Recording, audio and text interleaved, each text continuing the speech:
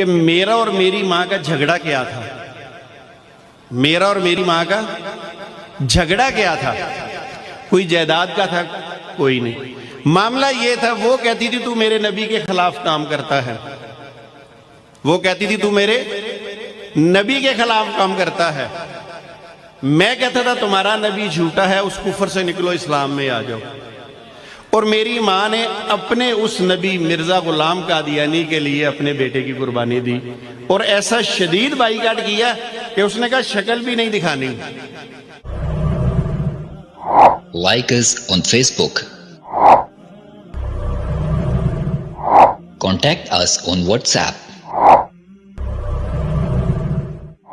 Subscribe our YouTube channel and watch our videos.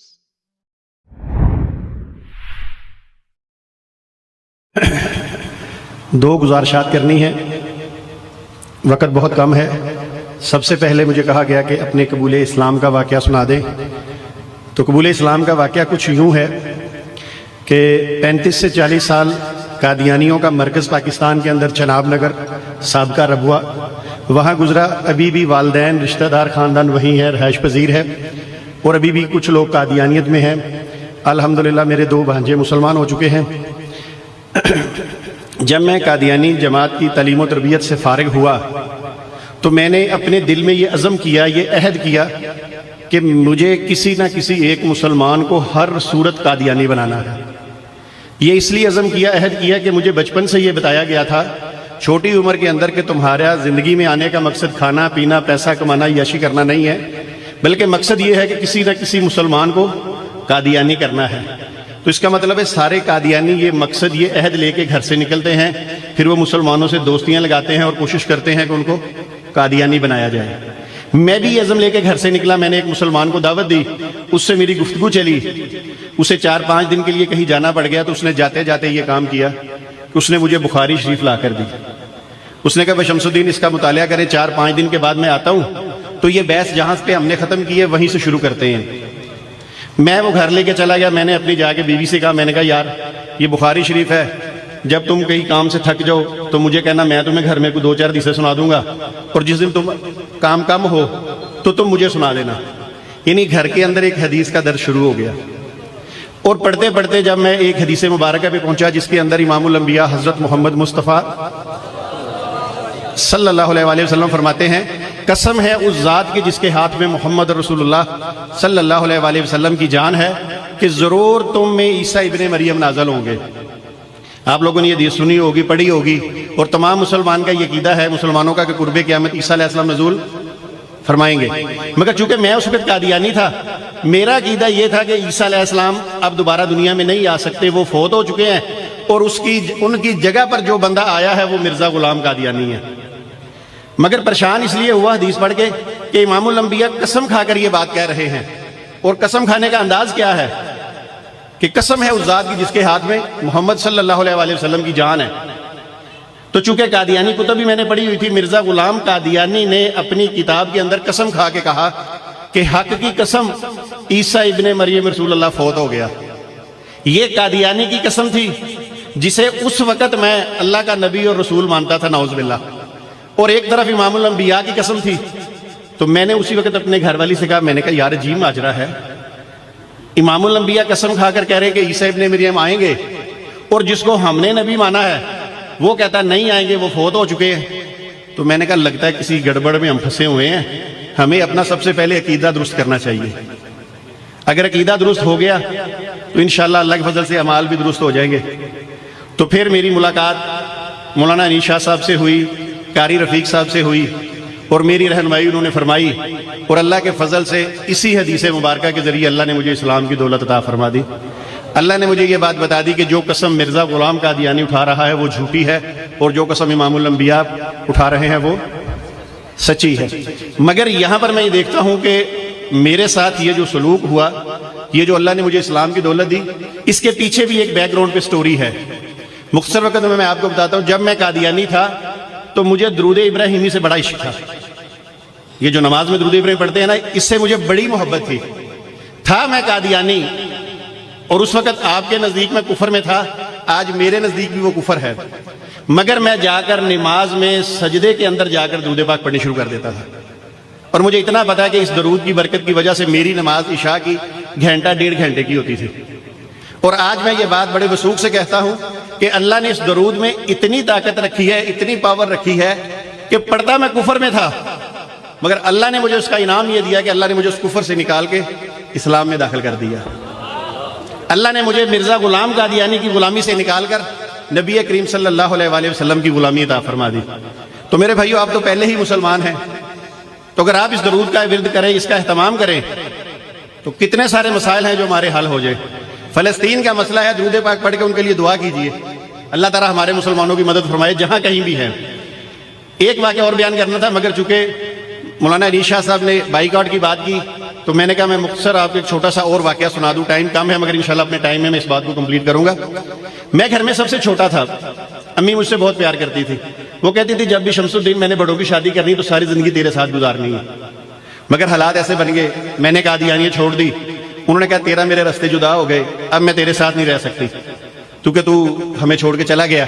وقت گزرتا رہا، لاہور میں ایک دن میری والدہ میرے گھر آئیں، آ کے مجھے ملی، مجھے جفی ڈالی، میرا ماتھا چوما، اس کے بعد 1.5 گھنٹہ ہماری بات چیت چلتی رہی، وہ مجھے کچھ لالچیں دیتی رہیں کہ ایسے ایسے ایسے برق کرتے کرتے جب ان کی بات ختم ہوئی تو میں نے امی سے پوچھا، میں نے کہا امی جی آپ کی بات پوری ہوگی؟ کہنے لگے پوری ہوگی۔ کہنے لگے جو باتیں میں نے کی ہیں اس کا مجھے جواب دے۔ اس میں سب سے بڑی بات یہ تھی، وہ مجھے کہتی تھی کہ تو مولویوں میں چلا گیا، مولوی تجھے پیسے دیتے ہیں، روپے دیتے ہیں، تجھے عیاشی والی زندگی دیتے ہیں، تو ایسا کر جتنے پیسے وہ تجھے دیتے ہیں وہ مجھ سے اس سے زیادہ لے لو اور واپس جماعت میں آ جا۔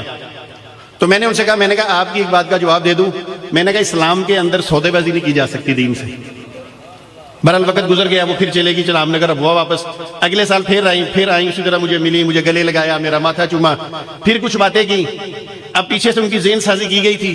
اس دفعہ مجھے کہنے لگی بیٹا بات سن، میری جماعت نے یہ سوچا ہے کہ تو ان مولویوں کے اندر پھنس گیا ہوا ہے، تو واپس نہیں آ سکتا، تو ایسا کر اپنا اور اپنے بیوے بچوں کا پاسپورٹ مجھے دے دے، اور جس ملک کا ویزا لگوانا چاہتا ہے میں لگوا دیتی ہوں، آرام سے یہاں نکل اور باہر کے ملک جا کے بیٹھ جا۔ عیاشی والی زندگی ہے، لوگ زمینیں جائیداد بیچ کے جاتے ہیں، تجھے اللہ نے موقع دیا ہے، واپس آ جا میرے ساتھ چل۔ جب ان کی بات پوری ہوئی تو میں نے پھر ان سے کہا، میں نے کہا اماں جی آپ نے بات کر لی؟ کہنے لگے کر لی۔ میں نے کہا اماں جی پچھلے سال والا جواب آج بھی میرے پاس محفوظ ہے کہ اسلام پہ سودے بازی نہیں ہو سکتی، مگر اس دفعہ میری والدہ کا رویہ پچھلے سال والا نہیں تھا، بڑا سخت تھا۔ وہ اٹھی، انہوں نے اپنا بیگ پکڑا اور مجھے کہنے لگی بیٹا تو یہ بھول گیا ہے کہ میں تیری ماں ہوں، بے شک تو نے آج مولویوں کو اپنا ماں باپ بنا لیا ہے، اصل ماں تیری میں ہوں، تو میں آج تیرے گھر سے جا رہی ہوں، دوبارہ تیرے گھر نہیں آؤں گی، اگر میرے ساتھ چلتا ہے تو مجھے بتا، میں رکتی ہوں، اگر میرے ساتھ نہیں چلتا تو پھر میں جا رہی ہوں۔ اللہ نہ کرے کسی مسلمان پہ ایسا وقت آئے کہ اس کی ماں اس سے ناراض ہو کے اس کے گھر سے جائے۔ بڑا مشکل وقت، میں نے ان کو پکڑا، کوشش کی بٹھانے کی، انہوں نے کہا آج نہیں، بس آج پکا فیصلہ میں کر کے آئی ہوں، آج کے بعد تجھ سے میں نے ملنا نہیں۔ اللہ اکبر، خاموش ہو گیا، چپ ہو گیا، کیا کہہ سکتا تھا۔ میں نے بیٹے سے کہا، میں نے کہا دادی کو بٹھاؤ، وہ پکڑنے گیا، دادی نے ایسے بازو ماری، اس نے کہا پیچھے ہٹ جا، تو بھی اس کی نسل ہے، تجھے بھی اس نے ختم نبوت کے لیے وقف کیا ہوا ہے، تو بھی کل کو بڑا ہو کے مولوی بنے گا اور ہمارے خلاف بولے گا۔ ایک پاؤں باہر نکالا دروازے سے، ایک اندر، پھر مجھے کہا میری بات مانتا ہے؟ میں خاموش۔ کہنے لگے دوسرا پاؤں باہر نکل گیا، اندر نہیں آئے گا۔ میں نے کہا جی آپ کی مرضی ہے۔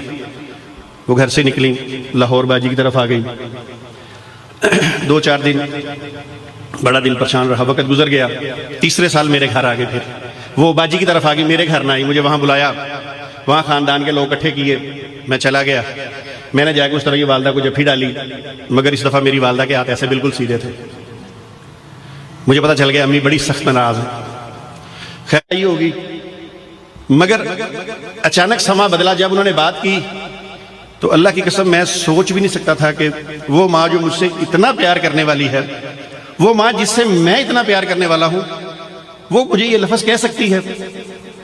تو میری ماں نے مجھے کہا بیٹا تو نے وعدہ کر لیا ہے، اپنے وعدے پہ قائم رہی، بس بات یہ ہے کہ تو نے ہمیں چھوڑ دیا، تو ہمارے خلاف کام کرتا ہے، تو جا کے ہمارے لوگوں کو، مطلب وہ تو کہتے ہیں نا کہ اپنے کافر بناتا ہے، یہ کرتا ہے جو بھی ہے، تو انہوں نے کہا کہ آج کے بعد زندگی میں تو نے اپنی ماں کی شکل نہیں دیکھی۔ اللہ کی قسم یہ لفظ ایسے تھے کہ مجھے سمجھا جیسے میرے پہ کسی نے پہاڑ ہی گرا دیا. بہرحال میں بھی رونے لگا, وہ بھی رونے لگی. ایک قادیانی نے اٹھ کر یہ بات کہی. اس نے کہا آنٹی آپ نے مرزا قادیانی کے لیے بہت بڑی قربانی دی ہے کہ آپ نے اپنا بیٹا قربان کر دیا. جب یہ بات میرے کانوں تک پہنچی تو اللہ نے میرے جسم میں طاقت ڈال دی, مجھے توفیق دی. تو میں نے والدہ صاحب سے کہا, میں نے کہا جی آپ کا فیصلہ میں نے سن لیا, میری بھی عرض سن لیں. میں نے کہا میں سیمینار میں جاتا, کانفرنس میں جاتا, ختم نبوت لوگوں کے پاس جاتا تو وہاں پہ اکثریت جو ہے وہ سن 1953 کی تحریک کا واقعہ بیان کرتے تھے کہ بہت سے مسلمانوں نے ختم نبوت کے لیے جانیں قربان کی, 10,000 لوگوں نے, کئی لاکھ سے زیادہ لوگ زخمی ہوئے. تو میں نے کہا مجھے نہیں سمجھ آتی تھی کہ یہ بار بار واقعہ میرے سامنے کیوں آتا ہے.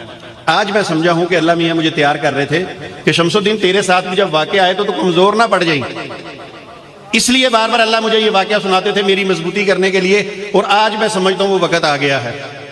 تو اماں جی بات یہ ہے کہ جتنی آپ کی میری محبت ہے سارا خاندان جانتا ہے, آپ بھی جانتی ہیں, مگر ختم نبوت کے لیے, دین اسلام کے لیے ایک نہیں, ہزار نہیں, کروڑ ہاں مائیں میں آپ جیسی قربان کر سکتا ہوں. دین نہیں چھوڑا جا سکتا. میرے بھائیو انصاف سے سوچئے گا کہ میرا اور میری ماں کا جھگڑا کیا تھا. میرا اور میری ماں کا جھگڑا کیا تھا؟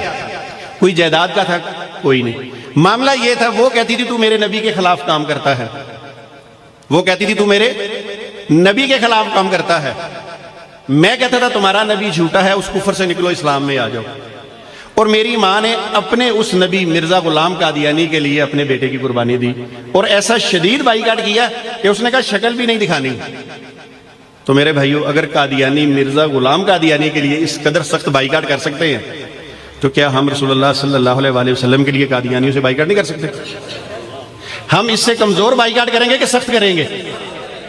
تو جو دل سے بائیکاٹ کرنا چاہتا ہے وہ میرے ساتھ ہاتھ اٹھائے. اب معاملہ آ گیا کہ میں قادیانیوں سے ملتا ہوں, میرا بائیکاٹ کیوں نہیں؟ کیونکہ آپ کو مولانا انیس شاہ صاحب نے سمجھا دیا ہے کہ جو لوگ دعوت کے رستے میں نکلتے ہیں ان کا بائیکاٹ. اب ہم نے یہ سارے معاملات سیکھ لیے ہیں اور اب ہم ان کو دعوت اسلام دیتے ہیں. وما علینا الا البلاغ المبین. السلام علیکم ورحمۃ اللہ وبرکاتہ. جو 2-4 منٹ زیادہ لیے اس کی میں آپ سے بھی معذرت چاہتا ہوں.